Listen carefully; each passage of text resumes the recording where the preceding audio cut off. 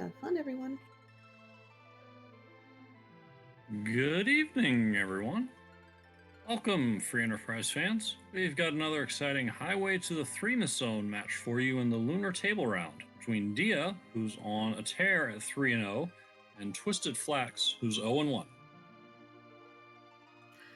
Yeah, it's Dia's looking pretty terrifying in this Lunar Table Round with wins against Flurry 14, Frostbite 30-30, and actual JP. Where Twisted Flax is still at the very beginning of his table route. Unfortunately, he took a loss, but it was to Dusty Griff. So it's good. This could be a very interesting matchup. What do you think about those little bonus objectives we have at the bottom of the screen, Commander? They look good to me, Asuka. Alt Gauntlet at Ogo. Everybody wants that, although we'll need to have it required somehow. Maybe it can lead to Baron Key. No white mages. That's just rough. And, oops, all Yangs. That's not as cruel as it sounds. Yang is great on table things. Fight me. I mean, once you're in like the second half of the siege, sure. First half, he can go party in the crystal room, but no. In reality, the actual objectives we have are the standard forge with the legend sword and the adamant rock. We also have to take a stop at the vanilla crystal sword altar, which is the wyvern spot. You have to find the Baron Key to unlock the sewer, and then of course you have to defeat the queen at the Town of Monsters, aka the Ashura spot. So we have a little bit of everywhere right now. This could be interesting to see what routing takes place. Yeah, this doesn't look like it's going to be terribly jetty, knock on wood. So, plenty of time for some divergence and see how things go.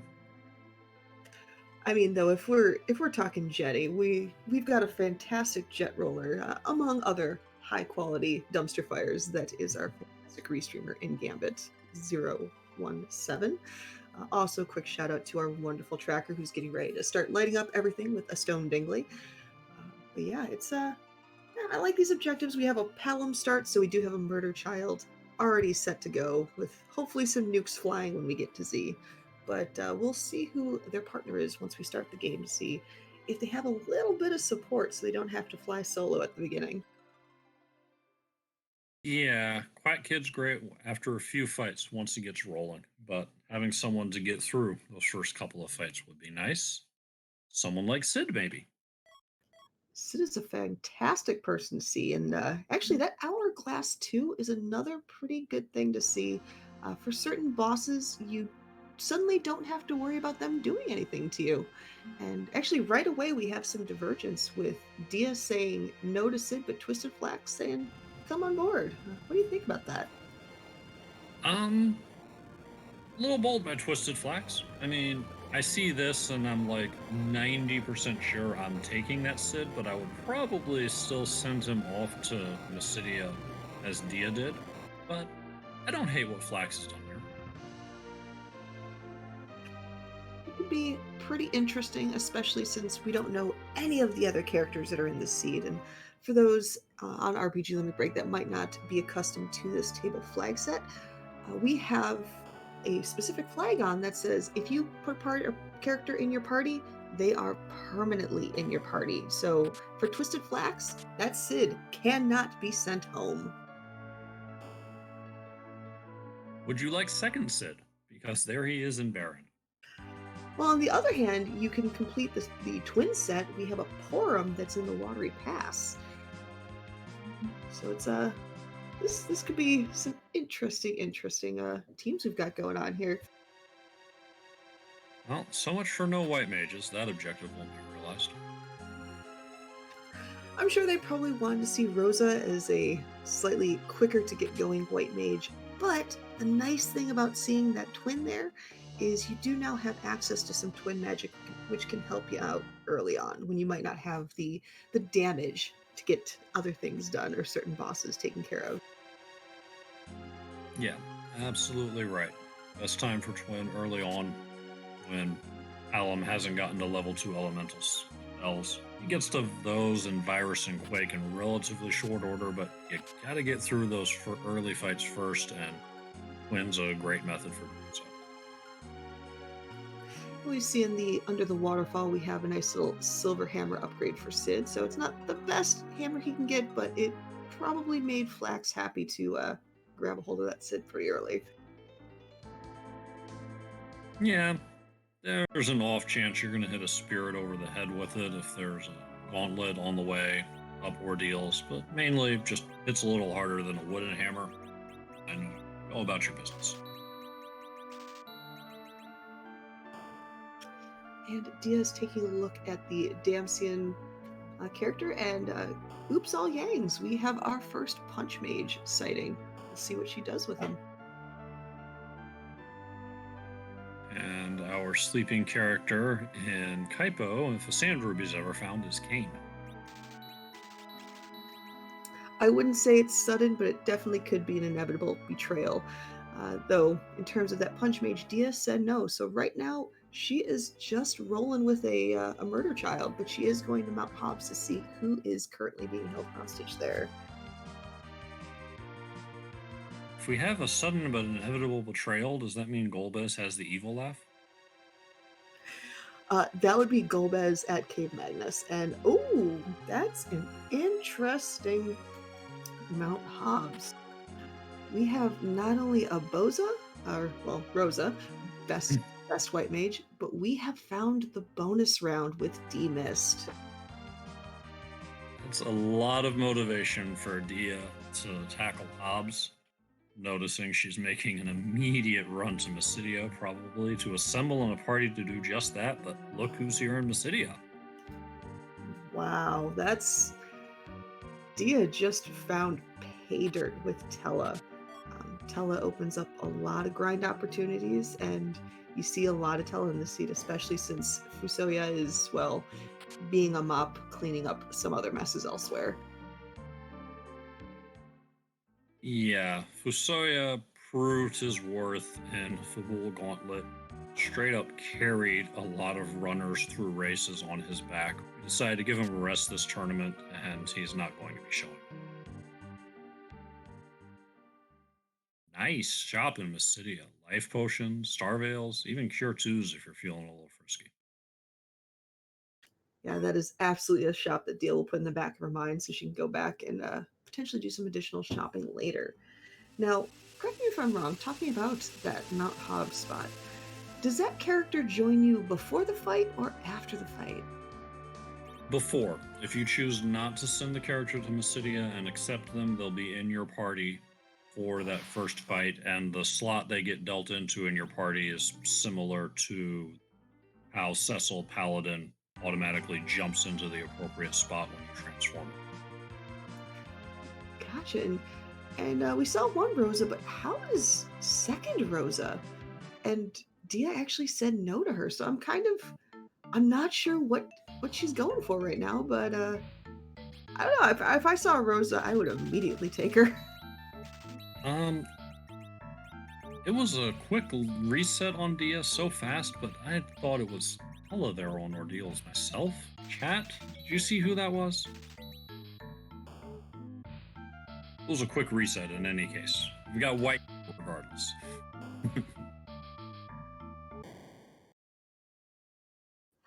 And it looks like we might have the Scala type palette for Rosa, and well, that's the Rosa Dia wanted, and we are going to be seeing a D-Mist go down hopefully quickly.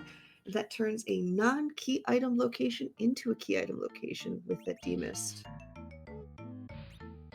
It's tough to deal with the D-Mist quickly. Yeah, that's true. Tendency of fading into mist every 3 attacks and is completely invulnerable during that time. Now, thankfully, with those blinks, though, Dia should be able to keep her characters relatively in good spirits and good health. But yeah, you bring up a very good point with that mist turning D-Mist completely impervious. Yeah, this might be a long chat she's gonna have with D-Mist. It's gonna be, but you're gonna take it at some point. Maybe you can come back after you've got level 2 on Palom, or maybe you figure this is a fight I can get through. I can definitely get level 2 on Palom afterwards, because no way D-Mist is going to take him down. And you got plenty of time to bluff them.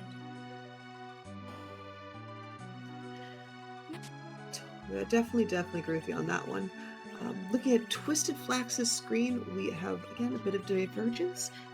Twisted Flax is going to the standard Antlion Cave check, looting the chests there, and eventually we'll be seeing what boss awaits our runners there, and another potential key item check. Team Ogre Axe for Sid. I do like an Ogre Axe. Gonna quickly get a back row glitch happening to keep him safe and also put him center position, get that accuracy boost. Axes aren't the most accurate weapons in the first place, so helping out there is a good thing. To answer a question in chat from Coraline Kitty, the starting character was that Palom. They also started with a Sid as the second character, the optional one, and then the Hourglass 2 was the key item. Well, item, not key item. And to go back to what you were saying about that Hourglass 2, it's a very good find here on table flags. Back in group flags, you stood a decent chance of finding Hourglasses once you got to the gated shops. But now that we moved up to table and we're on S Pro, those Hourglasses aren't showing up in any shops except maybe. I did not realize that they became that rare. Oh. But we saw Mylon Z in Antlion Cave. Twisted Flax with that Ogre Axe was able to do work, and we will be thwacking a Punch Mage once we get underground with the Pan. You always like to see the Pan in the overworld. If you can find your way underground without Fabul, then that lets you pull the Rivers McCown special. You can single dip the Sylph Cave and single dip Fabul.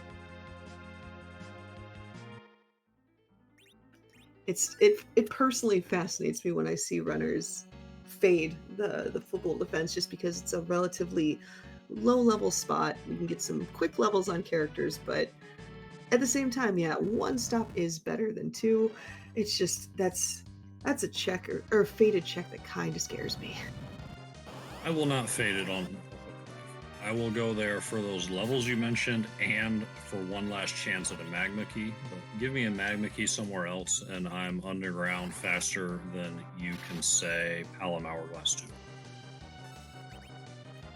And unfortunately, as much as Dia probably would like to see a magma key right there, it is the other route. We have a hook already on the table. Now, given the fact that, well, we have one way of underground access, not the ideal one though. Do you think Dia's up? She kind of answered my question if she was going to fade Fabul now. No, this is a point when, you've taken the softer checks, although Dia hasn't done Antlion. Interesting. But you still got Antlion. After that, you're looking at the 3 bosses on Ordeals, the back-to-back bosses at Baron, or as you pointed out, the relatively easier check. So the commitment to a single dip varies greatly from one runner to runner.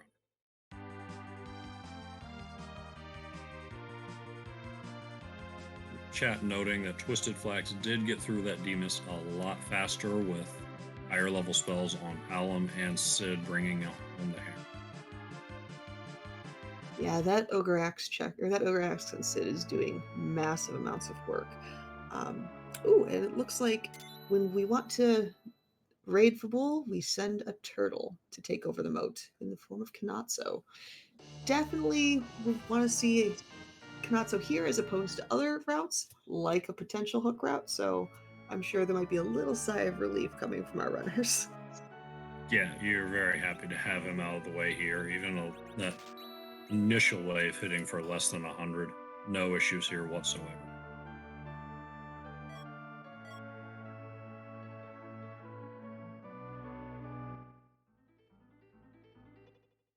We'll see if Flax follows Dia over to Fabul, or if he decides to go after a different key item.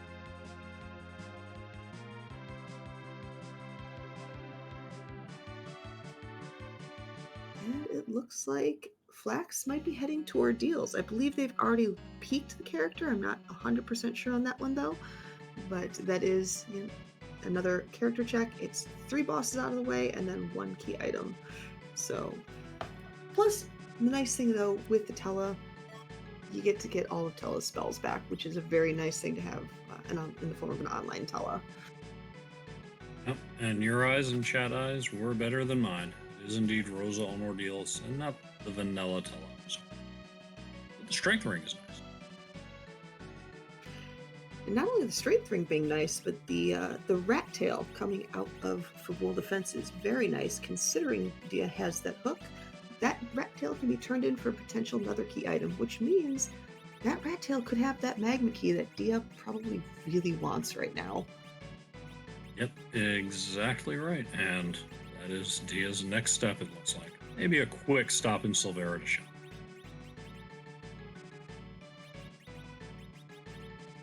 And you are absolutely right with that Silvera check.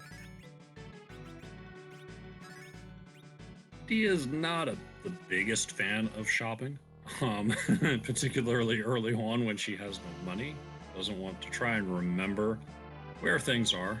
I 100% sympathize with that, but once you're in the neighborhood and you've taken down a few things, might as well make it happen efficiently.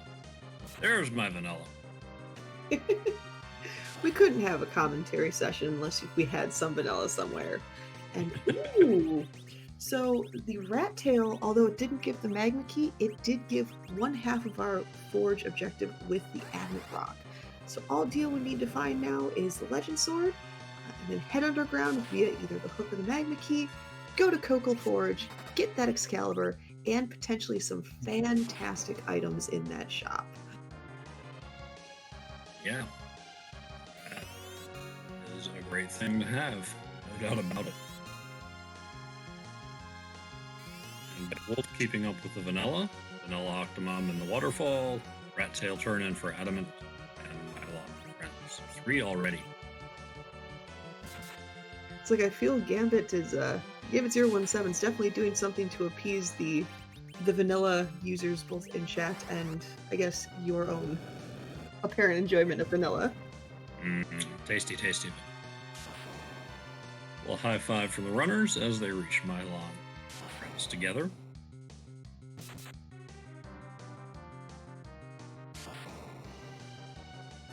And I wouldn't be surprised if Flax gets through these fights just a hair faster, but just on account of having not just that 4th character with Sid, but that Ogre Axe Sid to do some decent melee damage. Yeah, Sid is terrific early to mid game with the hit points and levels and stats that he starts out with, and especially since he's found an upgrade over the wooden hammer, he's going to do a lot of work for Flax early. And even at the end of the game, he's still fine.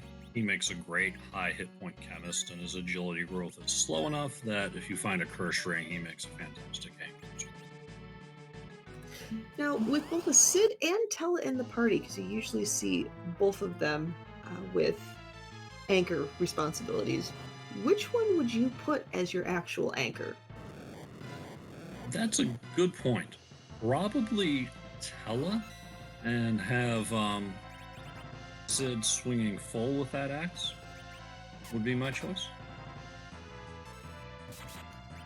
And unfortunately, Flax found Velvalis in the 2nd bridge spot, which is kind of rude, even more so because Flax did not save. So hopefully he can get through this fight relatively unscathed. Dia, on the other hand, only having the Tella, the Palom, and the Rosa, this might be a bit of a challenge for her. Yeah, AIM's gonna make it through the whirlwind, but it's going to be, as Barabbas is putting it in chat, a plinkfest. But yeah, this is realize that this is not worth the time, and you better walk away. Which is very unfortunate for Flax, because again, he will have to do that Mylon and Friends fight all over again. Yeah, the fight itself, if he ever comes back, will not be much more than a speed bump by the time he's ready to take on that boss.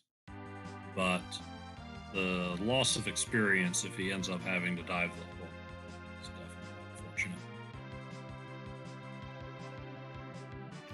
And let's see if Dia goes to save, and thankfully she does. So at least she has that first fight already locked in place. Let's see how. Let's see her immediate thought on that, Valvalis, and it looks like she hasn't reset yet.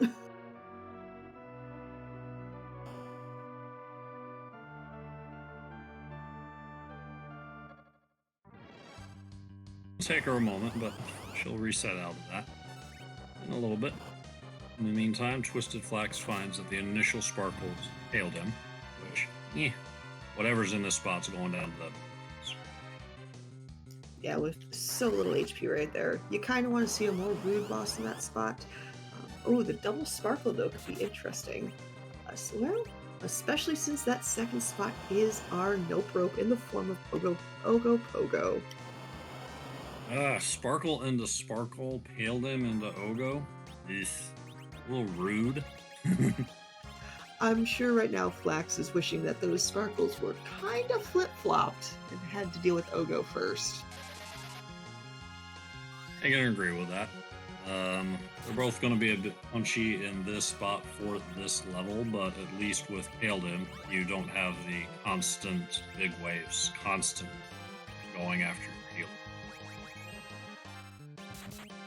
Definitely agreed. And knowing that the hook route is on the table, it's one of those situations where you're kind of glad you see Ogo here and not elsewhere, but at the same time, this is still a pretty rude spot to find Ogo.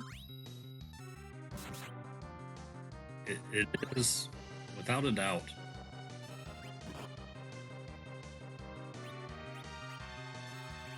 And meanwhile, Dia is still just plinking her way, trying to get through Valvalis with a combined HP total of 5 right now. Yeah, and Venerable in chat pointing out that Ogo is not like his sprite palette cousin Leviathan. There is no lightning weakness. In fact, using any kind of black magic on Ogo, unless you reflect it, is going to get you a rude blaze counter. Thankfully, Flax gets to that Ogopogo fight, and did you see that key item there, Commander? I did. There's a darkness. There's a Tella. There's a D. Oh no, wait. We have a back attack Vivalis, cutting off Tella's access to weak and the quick D machine.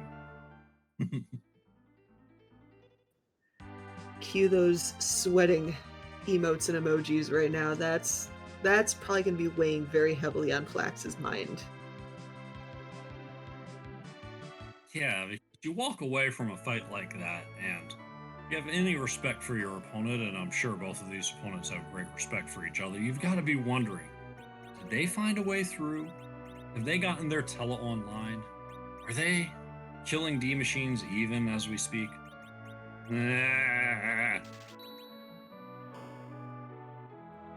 I mean, one thing to consider is they have the hook.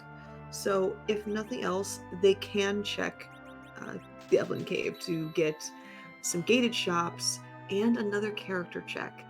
If there's like a cane or something in that character spot, I wouldn't be surprised if Flax and or Dia highly consider that cane just for the Val fight. Yeah, picking up a cane seems great, or just anyone that can reliably cut through that Whirlwind. I mean, Edge might be able to handle it. I'm not 100% sure how Edge would stack up against that spot, but I feel like he'd have a decent chance. He's getting a little bit more multipliers just starting off with a bandana and a black belt, and every swing you take is one less swing that Valvalis can't get out of the way of. And it looks like Flax is doing just that, heading to the caves to see what he can find and hopefully find some good news over there. Meanwhile, it does look like Dia is heading back and taking on Valvalis once more. She did get some heal potions, so hopefully she'll be able to do a little bit better.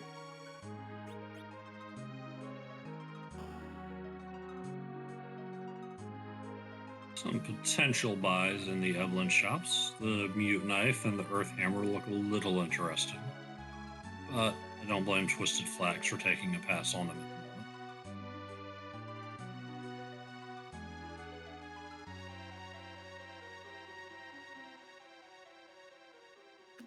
So I've seen a couple people in chat talk about setting up a reaction grind. What are they referring to? They're referring to the enemy on the moon that shows up in several random encounter formations, the grenade. If you use Lightning 1, specifically Lightning 1, on a grenade, then it will counter with reaction. And all reaction does is blow up everyone in the enemy encounter. And you enjoy all of that lovely experience from a part of the game that's much later. The monsters still hit pretty hard. So you've got to have your relative agility and your turn order under control to manage it at lower levels. But when you do it right, it's a good source of XP. That makes sense. That definitely makes sense. Unfortunately for Flax, he did not find the character he wanted to see. As much as we love our favorite Rosa, we don't want another one. We don't want a third one right now. So Flax has some difficult decisions that he's going to have to make soon.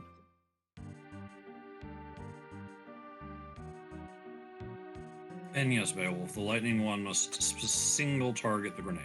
Don't hit anybody else.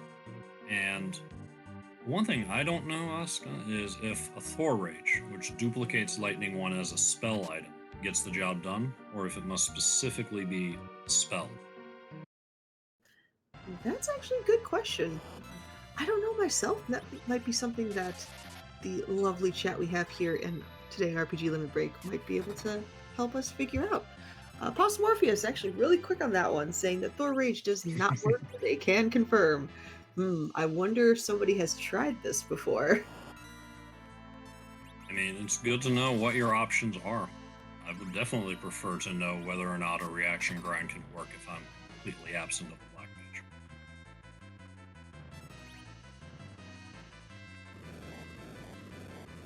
Well, thank you for your service, Morpheus, for trying that before. And that Earth Hammer that looks so shiny in the Eblin shop is just casually lying around in Eblin Castle. It's like everyone's favorite rule of curse rings. You find one in a shop, and then you buy it, and the very next chest you open up has a curse ring. I cry at the number of times that's happened to me in Seeds. Yeah, especially with it costing so much more in the new version. Agreed.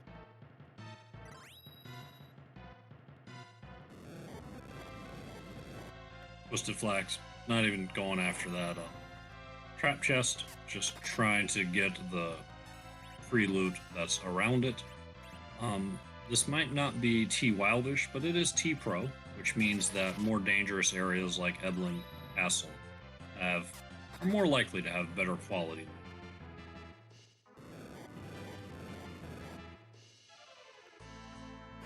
It looks like they are getting a decent amount of loot, just aside from that power staff that I saw, not necessarily the loot that their characters can use. Although, can Sid equip that Dragon Gauntlet? He can. Sid is capable of wearing pretty much any piece of armor that Kain can. He is a fan of the heavy armor. I'd normally sing here, anything Kain can do, Sid can do better, but I know I'd be lying through my teeth, so we'll just stick. Kain greater than Sid. You can at me at that one. Sid does do a few things better than Kain. He's got more hit points.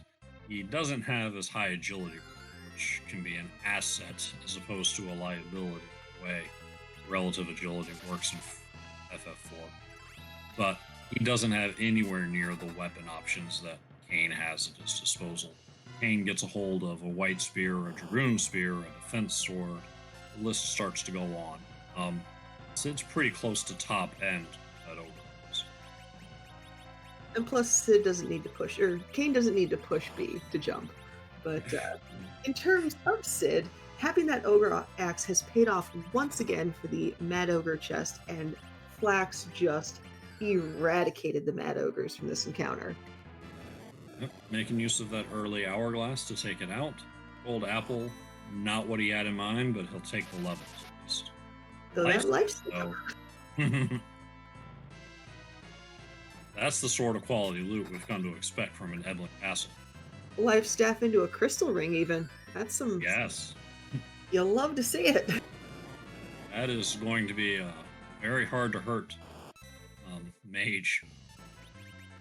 If it were me, I'm a fan of protecting my white mages. I'm finding a white mage, or I'm in this, or Rosa. I'm switching her over with a life staff. I'm putting a crystal ring on her, and she's going to be really hard to hurt. It looks like Flax is summoning the lunar whale from the darkness crystal. At this point, would you take a look at the character up there? Would you do some shopping? Are you just setting things up? Where do you think Flax is going to go from here? My first priority is the character. I'm worried about that Valvalis that Dia just worked her way through. Well done by her. And wanting to get back there to get Tella online and set up a D machine money as soon as possible. So I'm hoping that the moon character, like Coffee and Chocobos is saying, is an edge on the moon or a cane on the moon to get past that. I'm also going to take a look at the shop while I'm there and make a note, because if there's nothing interesting, hey, good. I don't have to worry about flying back anytime soon.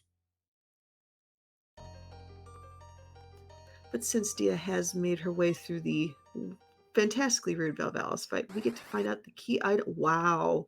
The key item is the Legend Sword. So we have not only vanilla, but we have the Cocal Forge option as an objective already on the table 29 minutes into this seed. Don't see that happening as the first available option often. Technically, Flax has vanilla Crystal Sword Altar, but that would be a really cheeky play, especially with him having used the Hourglass on the Bad Ogres. I wouldn't expect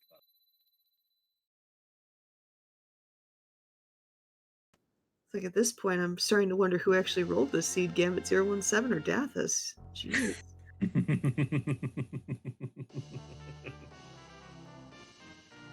Now we get a look at this moon character and see if it's what Twisted Flax is hoping for.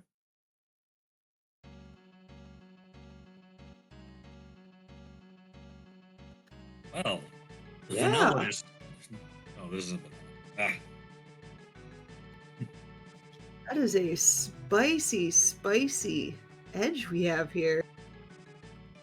That'll do it. Lunar Ninja, watching silently from above. Now, darts and Valvalis' face are an option, and I think Twisted Flax is going right back to ordeals. Now, what's interesting to note is Flax has not picked up the rat tail and therefore does not have the adamant either. So, though they will, once they get through ordeals, they will have the Legend Sword, they still will not have the Forge option unless they go the rabbit hole route to get that adamant rock. So this is definitely one of those cases where I believe Fading Fabul was not necessarily the good play. Oh, definitely not. So, I've been burned by that Fabul early enough often that I have a couple of hard rules for myself. I only fade it on a magma route, and when I do, I am underground for freebies and nothing else. I'm going to the Feymarch freebie, I'm setting up Sheila 1, and I'm going straight back to Fabul to see what I missed. And as pointed out in chat, since he has the pan, it should be pretty straightforward. Like you said, do the freebies, set up Sheila. So hopefully it should be okay. I'm curious to see now that Flax has that edge at a much easier route through Valvalis, how much quicker that's going to be for Flax as opposed to Dia, who only had the 3 characters.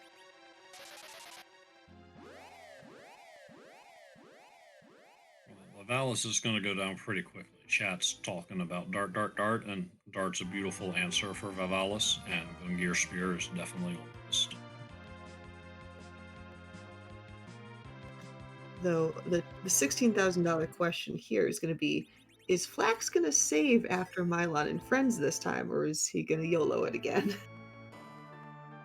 I would put long odds against a YOLO here. He knows what's waiting on the other side of the bridge, and he's feeling good with that edge, but yeah, I'm putting my money on safe. Yeah, I definitely wouldn't want to fight that fight a third time. twice is 2 times 2.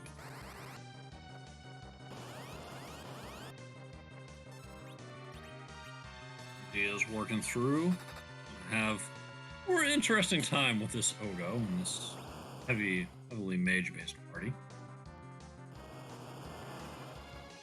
Yeah, mages and Ogo don't really get along very well, so that being said, she was able to power her way through the Val fight with this comp, so if anybody could pull off an Ogo Pogo defeat here with this party, I would absolutely put my money on Dia. Oh yeah. She can certainly work through this. She's got the ability to make that happen. It's just not going to be quick. Twisted Flax got through it in relatively short order with an Ogre Axe Sid knocking out 600 or so damage.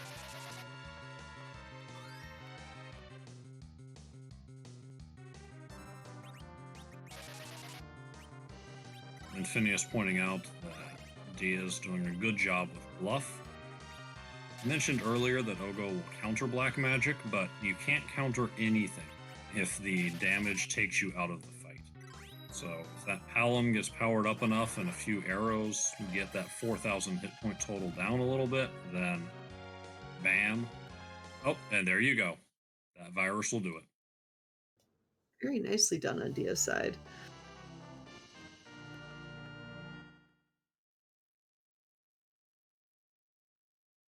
And Dia has a Darkness Crystal and a fully online Tela.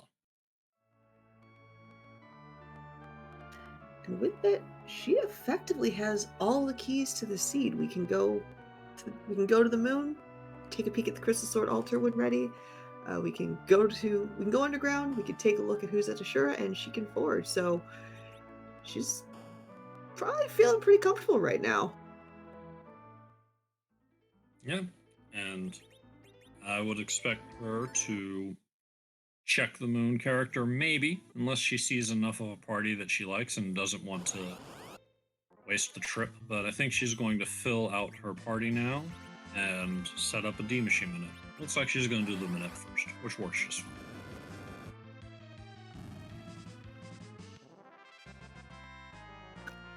Yeah, and with this manip, this has been a very interesting situation where we have can't run on. So the original D Machine grind or manipulation couldn't really work anymore because you can't run from seeds that don't have or you can't run from encounters that don't have what you're looking for. But I believe it's a combination of Simbu and Twisted Flax, mind you. They put together a chart of basically heading outside of Baron Castle, following a specific process, and based on what encounter you find outside of Baron, you know exactly what RNG seed you're in to actually find a D Machine grind. Now, the point of note here is once you have set up that manipulation, you cannot take any more random encounters, but you can still shop, you can still get new characters, you can still fight bosses, and that includes the Alt Gauntlet. But yeah, once that's all set up, you can head to the Giant and start dealing with some D Machines. I think I said that right. You did. Dun, dun, dun, dun, The only other thing you can't do besides take a fight is reset. That gives you a new random seed. Yeah, that might be kind of important to not do, now that I think about it. But yeah, the chart goes all the way up to 131 steps, I think. You go through, you count your steps, and you look at your chart and find out if your D Machine fight is next, if you have to go through 2 or 3 more fights, exactly where your D Machine fight is waiting, the save room or the elements room, or if you have a bad seed and you just need it.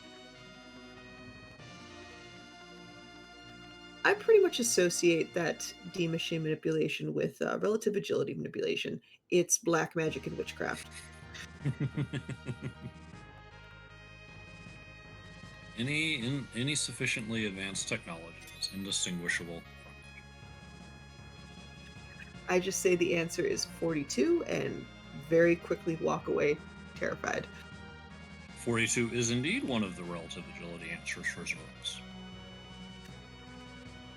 I did not know as that. well as being the answer to life, the universe, and everything.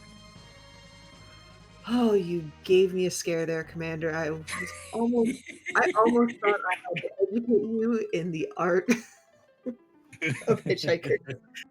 Whew.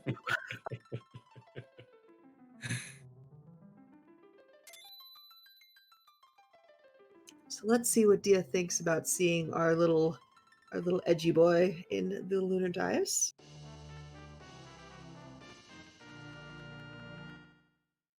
Now, Edge is a more interesting thought on table flags. On group flags, Edge was a quick grab for a lot of reasons, and one of those big reasons was the ability to steal sirens from alert and searcher type enemies, but that's disabled in table flag.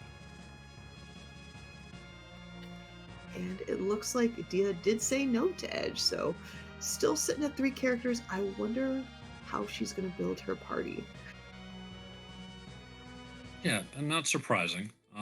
Another issue with this is that with us being on T Pro, it's harder to find that high quality Hanzo seal for Edge that you really need him to have in the late game, as opposed to the T Wildish early on. And if all you're doing with Edge is swinging with short swords and throwing an occasional dart, you can probably do better. Now, if you don't have a grind on the table, maybe you take him to get through, but if you're set to go end game, then it's not nearly as compelling.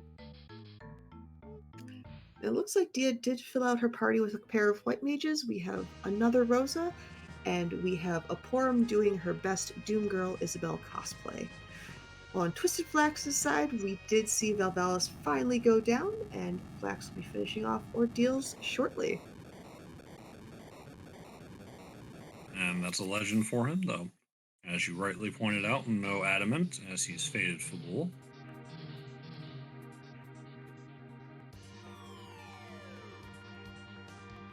And it will be interesting to see if he hits Fabul after the D Machine grind. Full power, he may well just blaze through, but as Chad has pointed out earlier, the pan checks will get him back to that and to forging an Excalibur. Just hopefully he does know that he has to turn in that rat tail and not just have it sit in his inventory kind of creepily.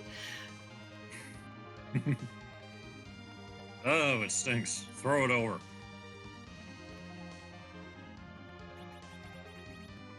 It's like when I think of value, I think of a rat tail. He is setting up, putting Tella in the anchor position to make sure those weaks hit, loading it in the top spot to minimize menuing. And so far, so good on the manip. It's Searcher and 2 Beamers.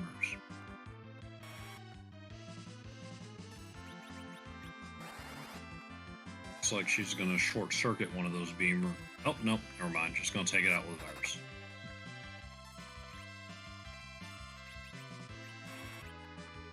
So it looks like this is definitely going to be a reflect party of some kind, except normally when you see mostly nukes flying everywhere, we're going to be seeing a lot more whites instead of just nukes. So either way, because we're using the reflect, most likely using the reflex strats, we won't be seeing that HP refill with Z, and that fight should be pretty quick as long as she gets the right levels. Yeah, and Val and Ogo are 2 of the biggest threats to a full mage party. But with both of those off the table, this is a much more comfortable setup. And sure enough, it looks like Twisted Flax is setting up their manipulation. The key thing with setting up this manipulation, and we've seen runners make this mistake multiple times, is when the first thing you do after you save is you have to reset your game. If you don't reset the seed, you're not going to get a proper manipulation, and you're going to lose a lot of time. No, because your counter's been running all this time. You've been running around the world doing things, and if you don't do that initial reset, and looks like Flex just realized that.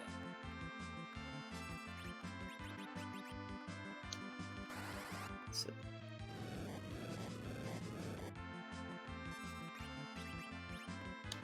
Let's see if Flax takes his fight or if it's another reset due to having just a bad RNG step.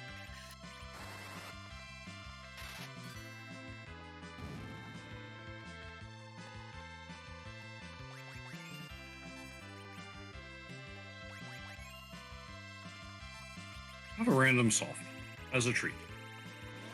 It's no hourglass, but it'll do.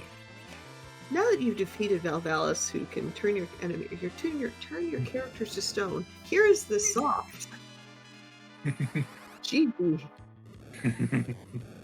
Hello, was it me you're looking for? It was, wasn't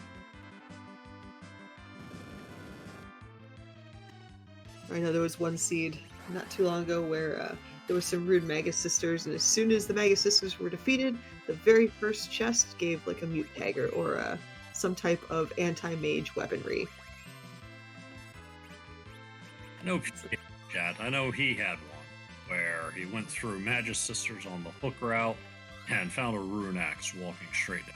That was it. It was the rune axe they found. Thank you. Sometimes the game just beats.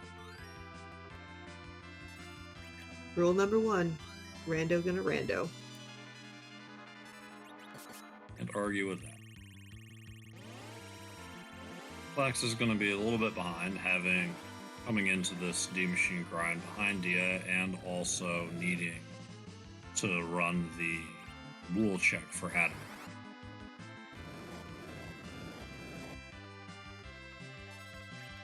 And with Go mode essentially laid out, we're not going to get that divergence we're hoping for, I don't think. We go underground, Dia's going to forge, Dia's going to look at the queen spot, and with a fully realized Z party, probably knock it out, unless a Baron Key shakes loose along the way. Head up to the moon, take on the Crystal Sword Altar, and be on their way. And the thing is, with the specific Baron objective here, you don't have to liberate Baron, you don't need to fight the Odin spot, you just have to walk up to the door and use the key, and then walk away quickly.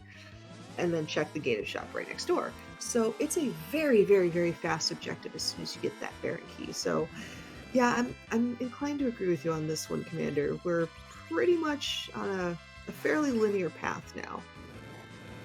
Yeah, but with quite different parties. So it could well come down to what bosses are at the Queen of Town of Monsters and the Vanilla Crystal Sword Altar, and whether they favor an all-mage party, or whether Sid and Edge with melee attacks will help Twisted Flax get some time.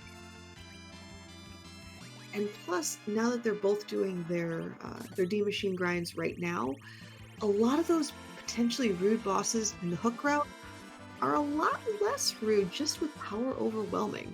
What do you think on that one? Yeah, exactly. Once you're ready for Z, there's very little about a hook route that scares you. You charge through it and stomp over. Like some of the greatest hits, Kainazo, for instance, you've got the HP, even if you don't short circuit an initial wave, to tank that and start putting damage on it. And a lot of other things about those bosses become trivial when you're flinging nukes, whites, and you've got 2,000 to 3,000 points on it. Could not agree with you more on that one. As chat's pointing out, something that would absolutely benefit Twisted Flax right now, hopefully if they are able to find that adamant and forge at Kokol, any type of ninja sword would be amazing to see, because like you said earlier, Edge needs swords, better swords than the short swords they start off with, to do some massive damage. With the gear he has right now, even at levels, the damage output's not going to be that impressive, especially compared to like a reflected nuke or a reflected white spell. Yeah, and with the party Twisted Flax has for his Z fight, he's going to have to go hybrid. You don't want to do pure reflect strats with just one nuke and one white caster, so he's going to have to go through all of Zeromus' hit points and won't get to skip Reef the way deal. Now, I don't remember seeing any silk webs in the seed. Have you, Commander? Saw them in a shop somewhere, but couldn't tell you when it was. think Diablo.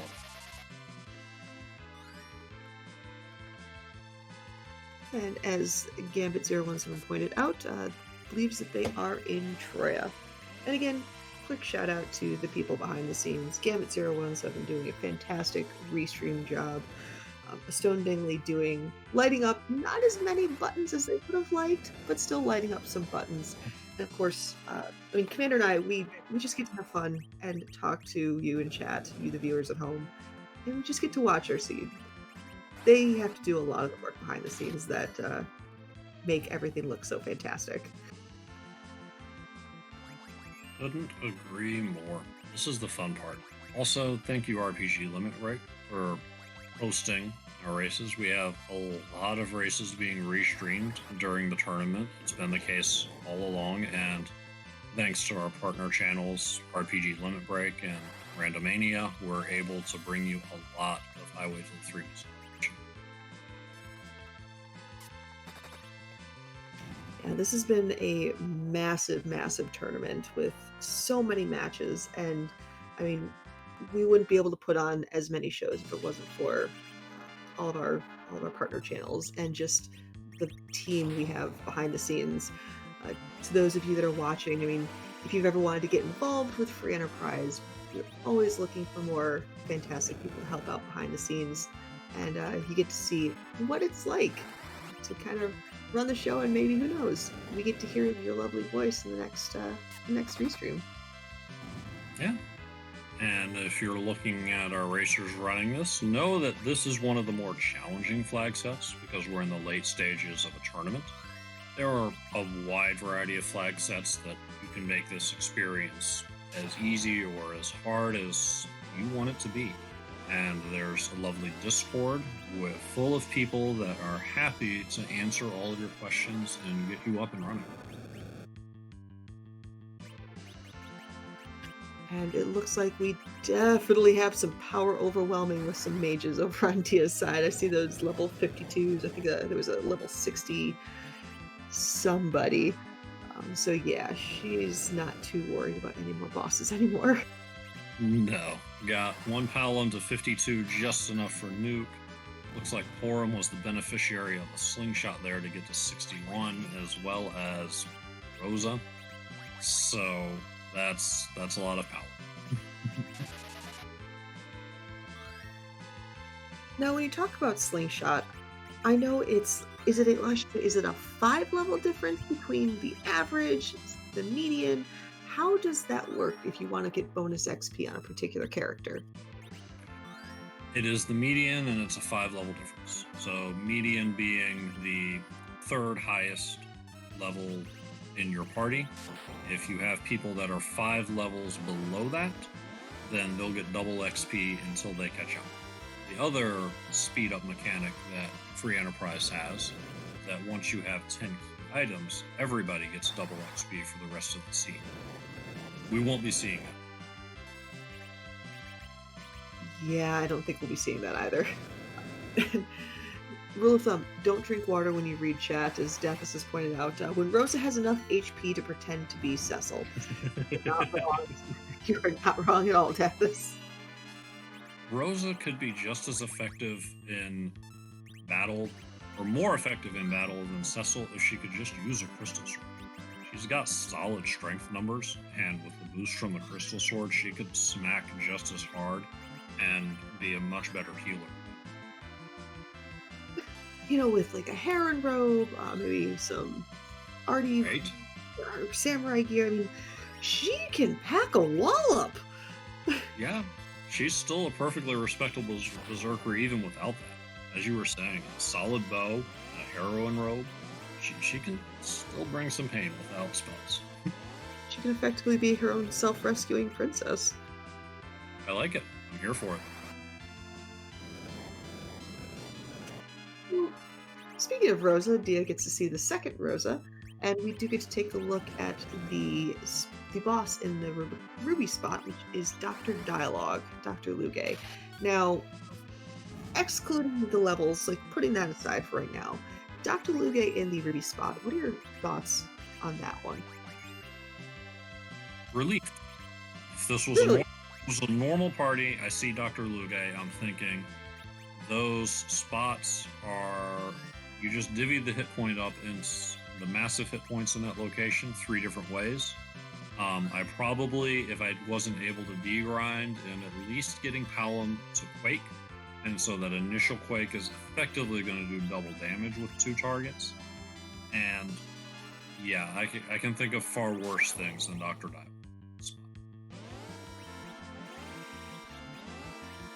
That makes sense. That definitely makes sense. We still need to find out who is going to be in the King Queen Emblem spot, that first spot on the hook route. And we've apparently started a discussion in chat. They're talking about Viridia potentially out damaging Rosa with a Zeus Gauntlet. So, but I'm a proud carry member of Team Eat Rydia. But so I just started. Speaking of multi-target hook bosses, have some dolls. It's like, no, Commander, I didn't see you playing with your dolls again.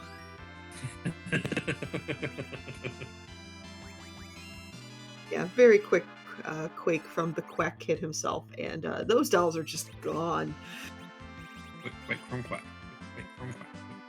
Quake. In the thing. Yeah, you have fun with that one, Commander. I'm just going to sit here and listen to you attempt.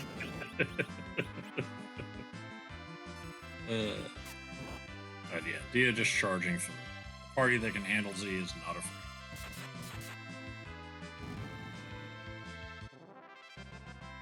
And looks like Twisted Flax is done with their grind as well, with close to a million HP. Numbers are hard this evening.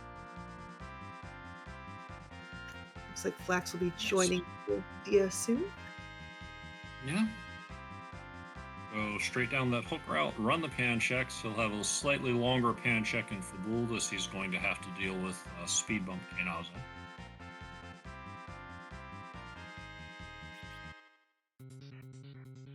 And Dr. Dialogue being very kind to Dia, taking down her anchor for her in the explosion. Well, it's when Boardface AI wants to be nice. That just means Boardface can be very rude later on somehow. Yes, the bill always comes due.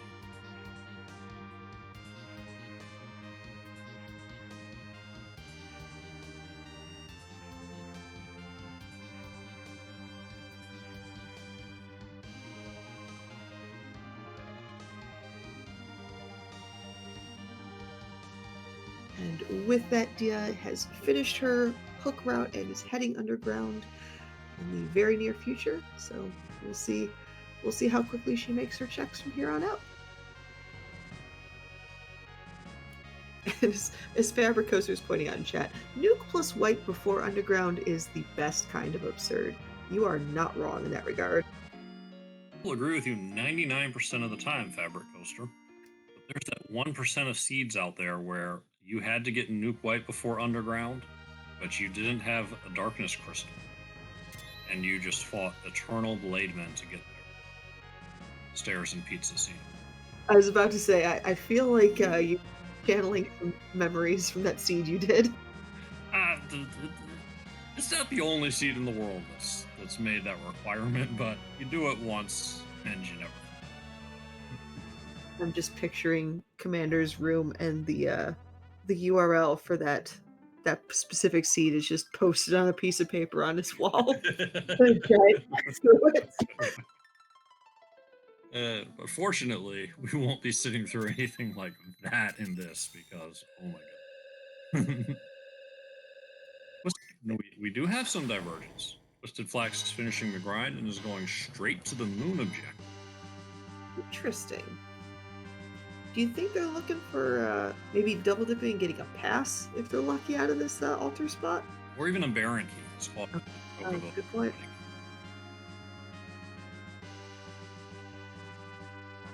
Either of those is be very helpful. And 56 minutes in, we have our first objective complete with the Forge. I'm pretty sure the other 2 objectives are going to go down very quickly. I didn't get what was in the shops, though. Did you happen to see, Commander? Looks like I did not. Death has spied some assassin daggers, which can still take out a boss that doesn't have the boss bid and can be useful for a little bit of agility minute, maybe.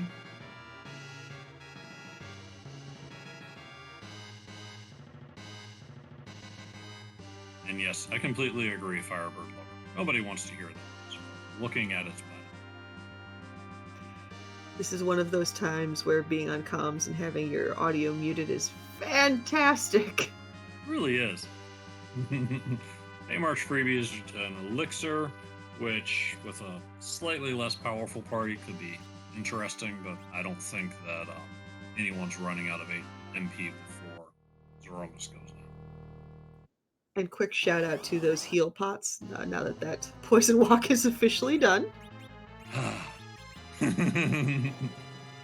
Okay, so we've got an evil wall at Crystal Sword.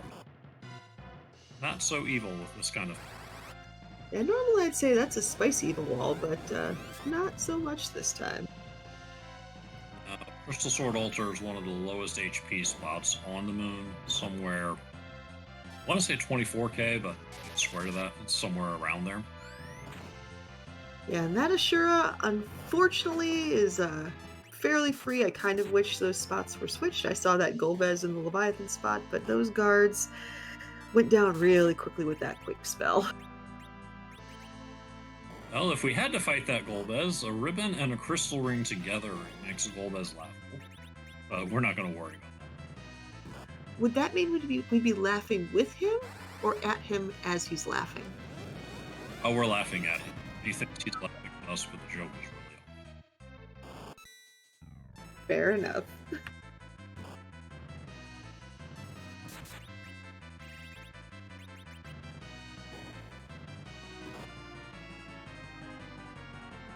So no doubt now that Dia has objectives 1 and 4 complete, I would be very stunned if she didn't immediately go pick up a whale and go to the moon. Yeah, she's going to go straight to that evil wall, which gave Twisted Flax a little more trouble than expected, but he's going to get it on this time with a reduction of battle speed.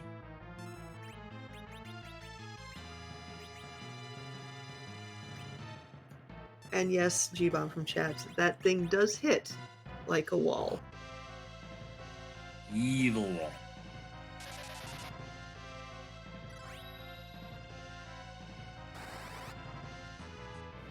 I mean, after all in all, it's just another brick on the wall. How can you beat your evil wall if you haven't forged your Excalibur? That's true. Excalibur can be darted, can it? It can be. It's a great dart. I'm just gonna do a shout out to all the seeds I've run where I've had an edge, I've had an Excalibur, and I sold it not realizing I could just throw the thing. You can't throw a crystal sword, you can throw an Excalibur. Today I was reminded you can throw an Avenger. How could you? By not having Kane or Cecil. Okay, never mind then. Carry on. Like, Twisted Flax's party right here. What's he gonna do with an Avenger? Nada. Look at it angrily. Right? I see what you did there, bud. What? You know what else you can't throw, Gambit? Spears. But you can throw a drain spear. You can.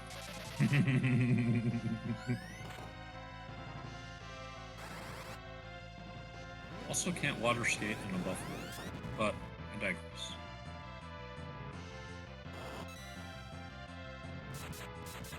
A lot of blinks up on Twisted Flax's side. Things are looking good. And down goes.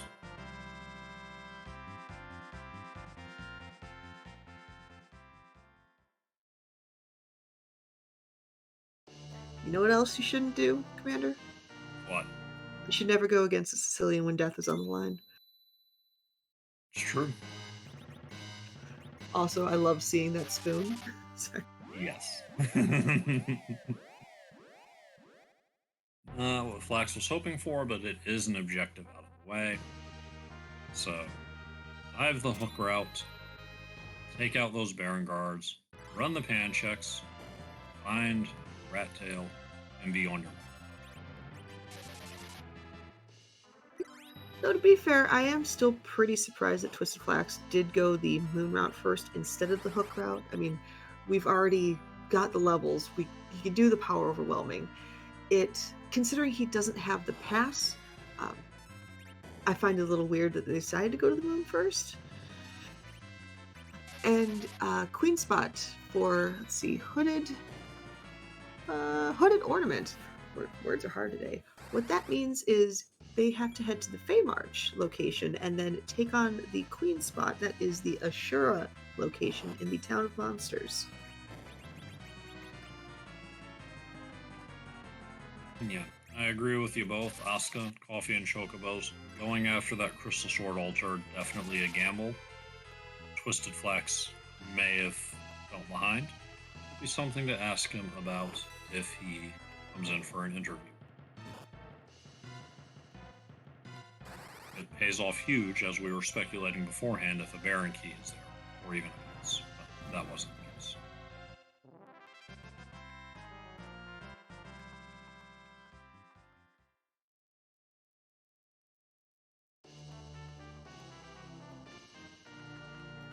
And Dia has completed her Evil Wall fight, and at roughly 1 hour, 3 minutes, and 48 seconds, she will be getting her crystal. And at that point, all that's left is to take on a certain big boss in a bigger void.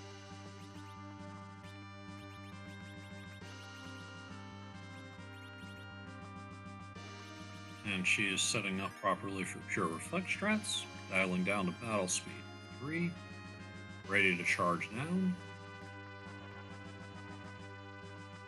Clearly it's nap time. Yeah, I mean, sleep does sound pretty fantastic right now. Yeah, and blue is a very calming color. Yeah, I'm just gonna wake me up in a little bit once you do the explanation. You see what I did there? I did. No, we know what you want, Chad. We know what these Z flags and these question marks mean. We know that you're waiting for the crystal transforms Zeromus, and that in Free Enterprise, he doesn't just transform into his ordinary Zeromus sprite. That there are over 460 different sprites, a lot of which have been put into the game by our amazing art director, Scalakitty. And that means that the question is, whose butt are we going to kick tonight? I'm always a fan of Threemus, which is a giant number 0. And of course, Zero Ward, because Team Edward. How about you? Those are good ones. I have a large pool of sprites that are second favorites, and those are among them. My absolute favorite, though, is Potatoes. That I've seen that one. I actually saw that one not too long ago, and yeah, that was a spit take when I saw that. Well, back of the football gauntlet, before I started running this, Potatomus is the first Z sprite that made me just double take, and I lost it, and I did not get it back together until the fight was over.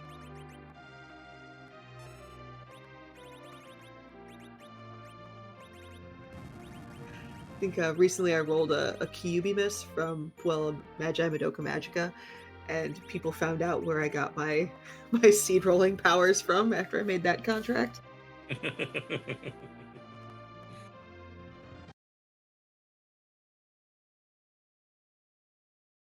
Survey says,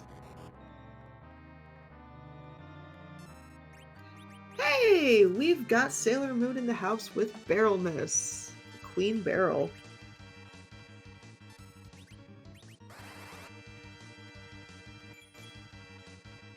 We're on the moon.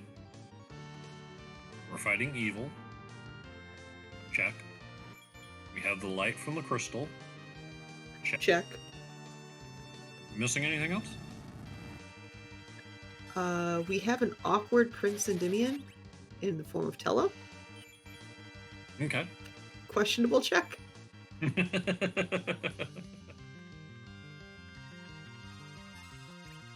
Oh my goodness, I just realized. So, okay, so Quosei is, that would be Sailor Mars. Let's see, Joram we could put on as roughly, we'll say a Sailor Venus just because of the blonde hair. Palom or Nalome, even, it would have to be a crossplay of Sailor Jupiter with the brown hair. And then Rosa or Gosa at top could definitely rock out a Sailor Mercury / Sailor Neptune hybrid. I might know a little bit about Sailor Moon. I'm just gonna go back here and kind of questions choices. Well, chat. Words hard. Chat is right along with you, speculating on this crossover. I'm just listening and munching on the pop. A question from Nick666 in chat is, why is Dia pausing? And it's being answered by Trino NK. Dia is not a fan of the nuke sound, and also it takes a slight bit off the lag, but mostly she just doesn't like the nuke sound.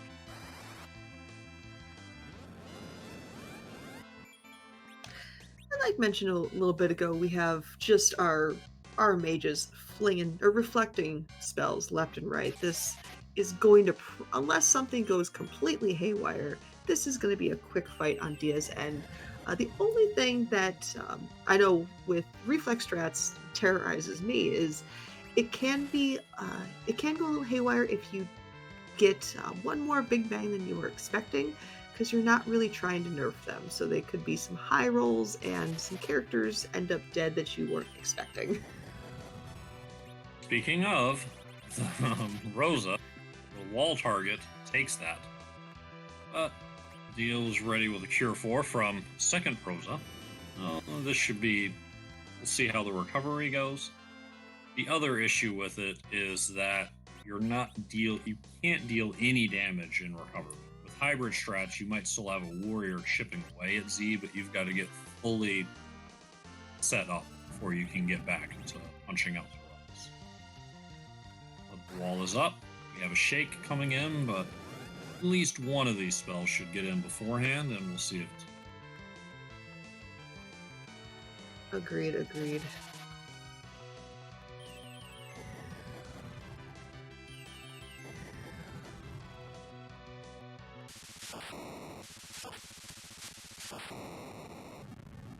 And it is. There it is.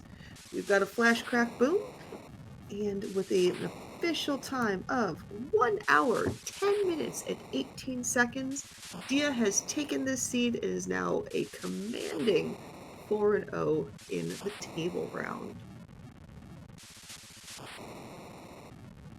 Well, we are joined here by Dia. Very well done.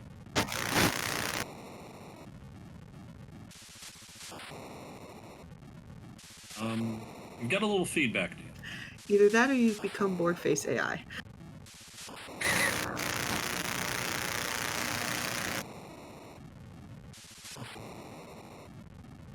All your seeds belong to us. Oh, all of the seeds belong to her. You are just dominating the competition, Dia. Yeah, thank you. Is that any better on the mic? A little you're bit. Coming through. There's still a little static, but you're coming through. Okay. So, Dia, what were your thoughts on this fairly straightforward Jetty Jet seed? Should I just bought the heal potions immediately? Right? That was the one significant thing is, hey, have a darkness. Hey, have a Tella. Hey, have a back attack Valvalis.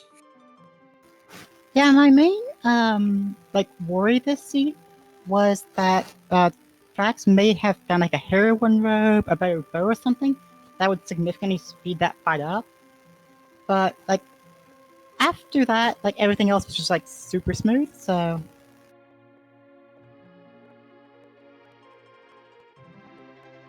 Yeah, it's just to see you take on that back tech of Alice with the characters you had, and that all of it. I was fangirling significantly over here, so that was very impressive. Thanks. Yeah, you're 4-0 now, Dia. You have a very, very, very commanding lead on a lot of people. What are your thoughts moving on? Because you've got, I believe, some pretty fun matchups coming up soon. I am very glad to be 4-0 before I take on Indian and Zilch as my last two. That is going to be a fun match, pretty much for everybody involved.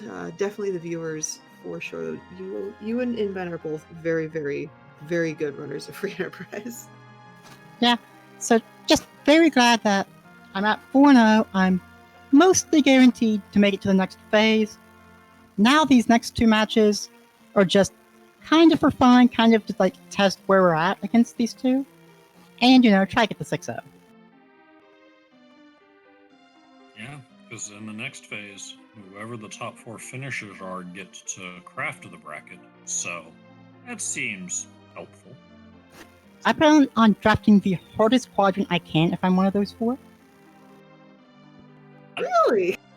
I've been hearing that from several people, That's actually. Just, give me the challenge now, and if I can just get through this early, then I can, not worry so much about it later. That and it's also going to be a bit more fun. So, yeah. Alrighty. So, I mean, any other last additional thoughts towards the stream, how the seed, how it went? Anything? I will say that I think that the 12 treasures is a new low for me on this flag set, so that was pretty good. That's very impressive. Very? Extremely. I know you're a fan of loot little, shop little, and go, but still. That's called putting on a clinic.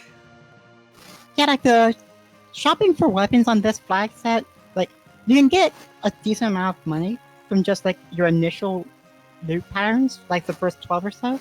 And I was able to buy Archer by Poison Arrows for the Rosa, which gave her the damage to get through the vow. You can buy Dancing Daggers with that money. So you don't really need to do too much when you kind of use the parties I do. So it really helps to keep it down. That's a very good point there, Dia. Hey, Commander, do you have any last questions for our winner tonight? No, you put on quite the clinic and covered the thoughts about the Val speed bump. Yeah, well done. So luck to you in your next 2 races. Looking forward to it. Well earned Thank you. GGs. And thank you guys for commentating. Thanks for the Restreamed from Gambit and a Stone Dingley for the tracking. Take care. We look forward to your next 2 matches, Dia. Bye-bye. And to answer the question in chat, yes, it's a bite-sized limit. The total number of hit points for Z for both phases is beyond the maximum total for how much the memory has been allocated to hold hit points. And also, I wanted to point out something very interesting on Twisted Flax's screen. They did go to Fabul, they did turn in all of their checks, and lo and behold, that pan check gave up the pass, which is actually pretty fantastic considering their Crystal Sword altar is done.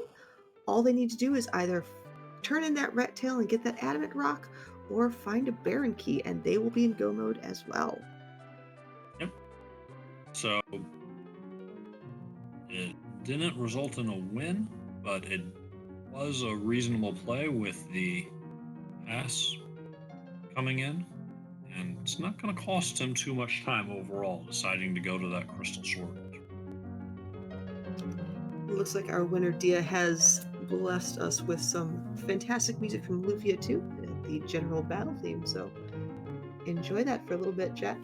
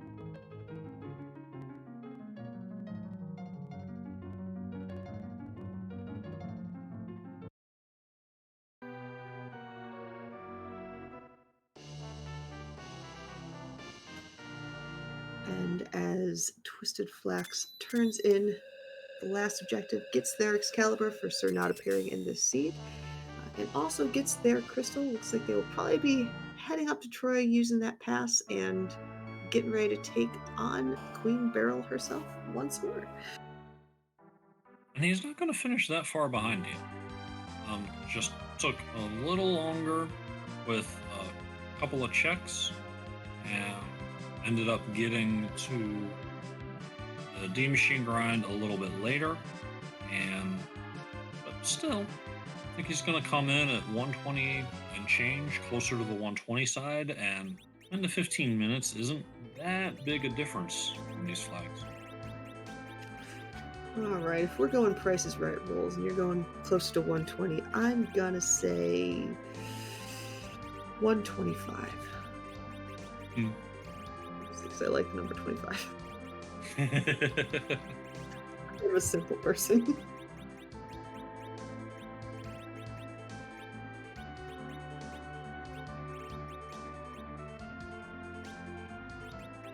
And while Flax is setting up for his Z fight, we do have some other fantastic matches going on tonight. Actually, they should have started by now. So we have at least 3, if not 4 matches going on currently. Over on Randomania Prime, we have Oscar taking on Penguinator. On Randomania 2, we have Antidale and X Pancrez duking it out. And over at our home, the Free Enterprise channel, we have Flurry 14 and Slippery 42 decking it out today. So we've got some fantastic names fighting it out right now. So it's no matter where you go, you're going to find some amazing Free Enterprise.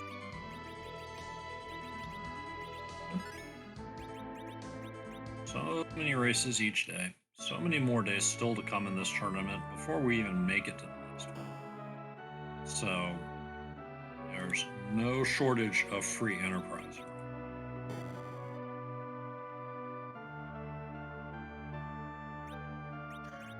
Agreed, and lo and behold, Twisted is taking the direct route to Threemus, or to the Z fight with that pass in Troya. Going to phase of Barrelness. I'm showing my childhood fandoms here, but every time I hear this sound, I immediately think someone from the Heart Foundation is going to come charging down the ramp. Oh, wow. You are welcome for that Now you're one. taking me back. Now you're taking me back.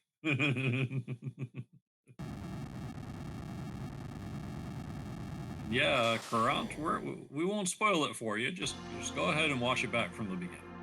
I promise you it's a good watch.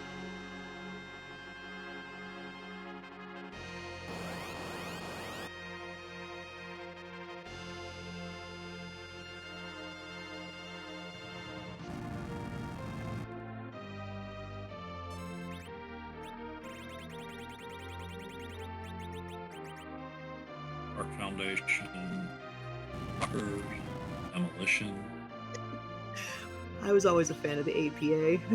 It just, when you heard that music, whether they walked down the ramp or ran down the ramp, somebody was in trouble.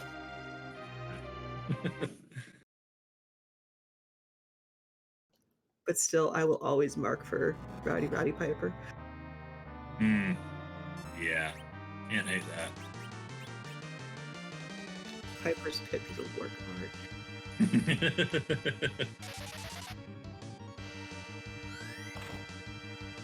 So we're going to see a different Z fight than we saw from Dia, whereas she exclusively bounced spells. Twisted Flax is going to be relying on Berserkers and darts to work on most of his damage. We'll still be getting some help from bounce spells, but this won't be to avoid any sort of hit point refill. This is going to avoid those angry counter hits that we just saw from the Soul. Now, I didn't notice, did Flax ever find weapons for Edge, or are we still rocking short swords? I think we're still rocking short swords, and he's just going to dart as much as he can, and a little unfortunate. Fair enough. Rando always gonna rando. And Tella always gonna make sure the void stays where it is.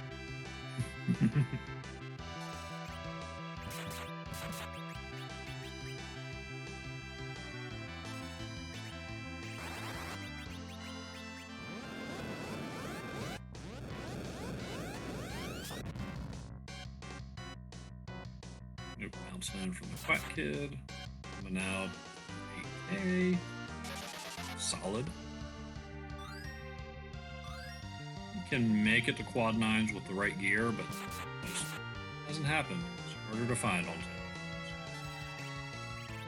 Now, with this party, would you try to nerf those big bangs, or would you just try to eat them at full damage and hope that we don't get a rude roll? I'd probably just eat them. I like Rose's chance to survive. As long as she survives, she can get anybody else up and patched up that needs it. I'm worried that even if I hit my nerf, I'm worried that board face AI is going to go find her with a nuke and then finish her off with a nerfed big bang and then suddenly life is yours. Yeah, that makes sense. And especially since her HP totals are above that kind of 2020-200 range, you're more than likely to not get just beaten up by a full force big bang. Yeah, the lighter big bangs max out at 2400 and the heaviers max at 2700. That's without any sort of magic defense. Rosa's just generic stats are good enough, I think, to see her through another couple hundred points. You saw that one hit for 19. So you might not have time to get Patlin back up anytime soon, but with a few nukes coming in, just stick to the Zerks. Oh, we are going to see them.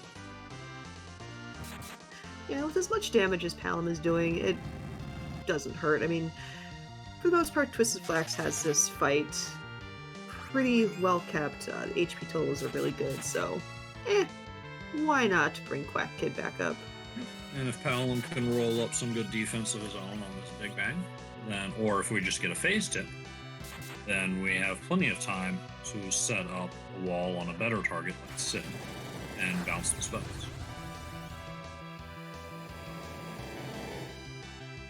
Oh, no phase tip after all, just the Berserkers are slowing down. But Quack Kid survives.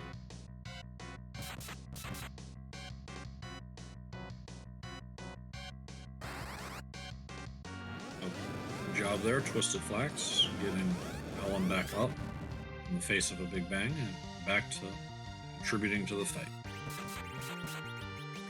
Yeah, as long as Rosa gets another cure out, this should be over relatively soon. Yeah, and he's got time. Black Hole coming in, nice and convenient, or calculated on Flax's part, just in time for the Cure 4 to actually give Sid some healing.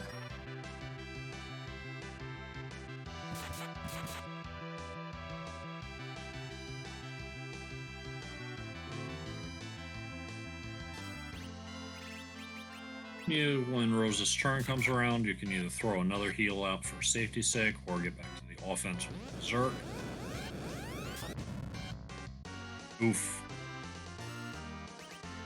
And that's something you don't really want to see hitting Rosa, like I mentioned earlier. No, and that's not ideal. If you do want those Berserkers spamming the cube, you're operating at battle speed 1 most likely, and you just need those actions constantly getting in the way of Zeromus' actions. For those in chat that... Oh, never mind. For those in chat that aren't aware, well, part of the joys of Berserk in Free Enterprise is that when the character's turn comes up, they immediately take their action. You don't have to input it, and it also gets in the way of your opponent trying to take it. But we have rocks.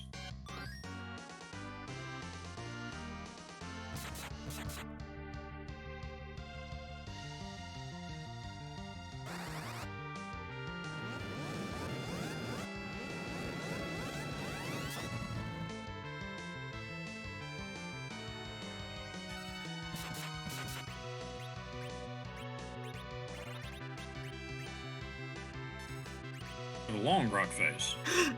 Like I'm sitting They can on. be as much as 12,000. There we go. Perfect.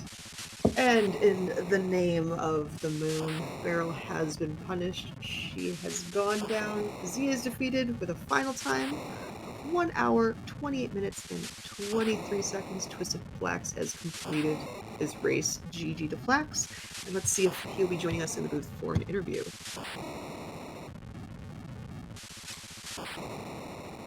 Oh, and here he is. GG, Twisted Flax. Thank you. All right, let's talk about Valvalis, everybody's favorite tornado girl. Yes, shall we? That seed had a load-bearing Valvalis on it. I feel like you might have some aggressions built up after that one, so feel I free spent to the last 15 minutes saying some choice words about Valvalis, yes. Sure. No, I saw Val there, I thought, okay, but I might have a chance with aim, and I don't know if Sid had enough levels on to get through the defense, and no, it just wasn't meant to be. And so I felt I had to walk around, try to find another character, preferably a Kane, because the seed kept giving me some great Kane weapons. Never saw a Kane. I saw the edge on the dais and said, yeah, sure, why not? Never found any weapons for him, though. So, yeah, when you saw that edge, that definitely probably lightened your mood going back into Val there. I figure between Edge and between Sid and between Rosa, I had enough damage to get through it eventually. It felt like it took forever. I'm sure that sort of running around with like a chick with my head cut off for 10 minutes probably cost me the seed, but I got through it. I mean, brutally honest, both you and Dia, that was a roadblock on the seed for sure. That Valvalis punished both. I'm sorry. I'm just glad you saved after Mylon and Friends the second time you went up there. I was worried.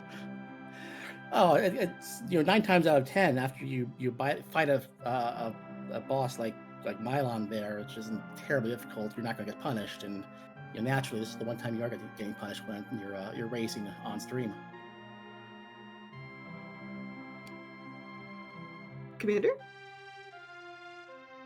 Yeah, agree with that. One question I do have. The biggest divergence between you and Dia came after you got your D machine rides done. She immediately charged down Hook, and of course she had Legend in it. She had both Legend and Adamant in hand at the time. And you went straight up to the Crystal Sword. It worked out well for you with getting the pass. What were your thoughts as you went straight after that objective?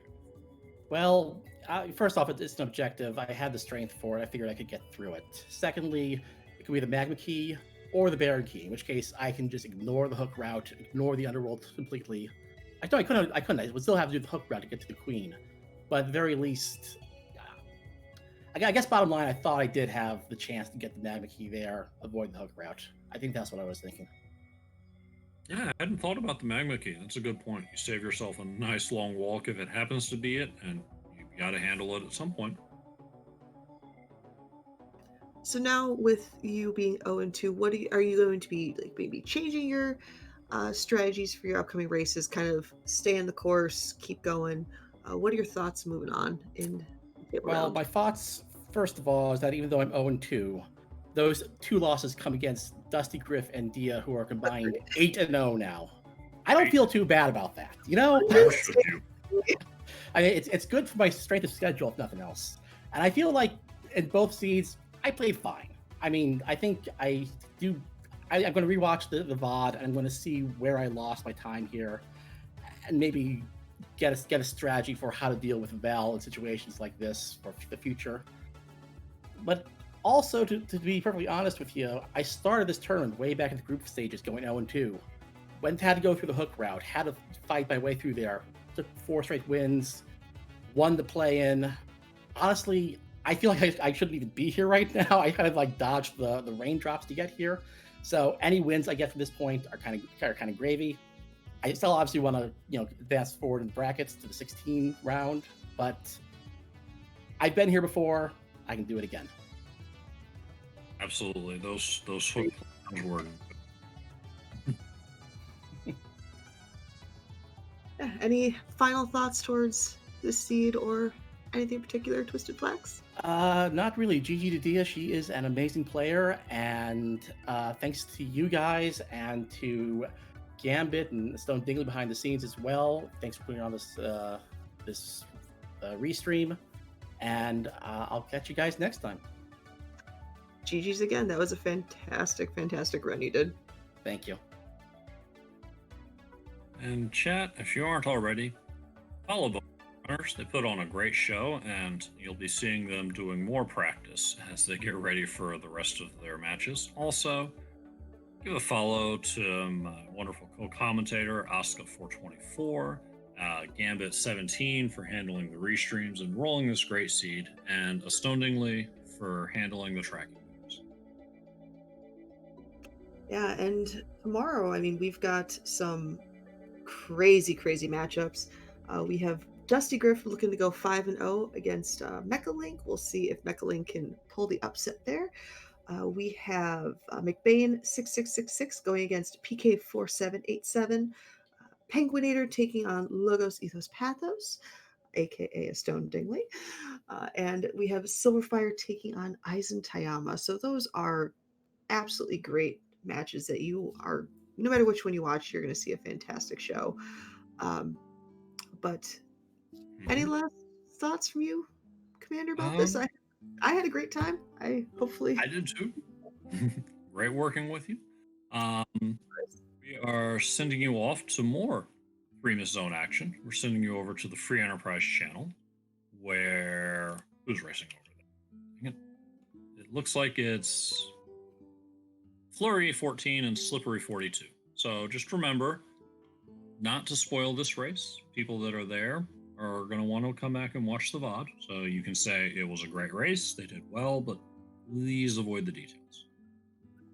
Spoil, you get the bonk. No exceptions. So on that one, I hope everyone has a good night. Take care, enjoy the Free Enterprise, and we'll see you next time. Bye.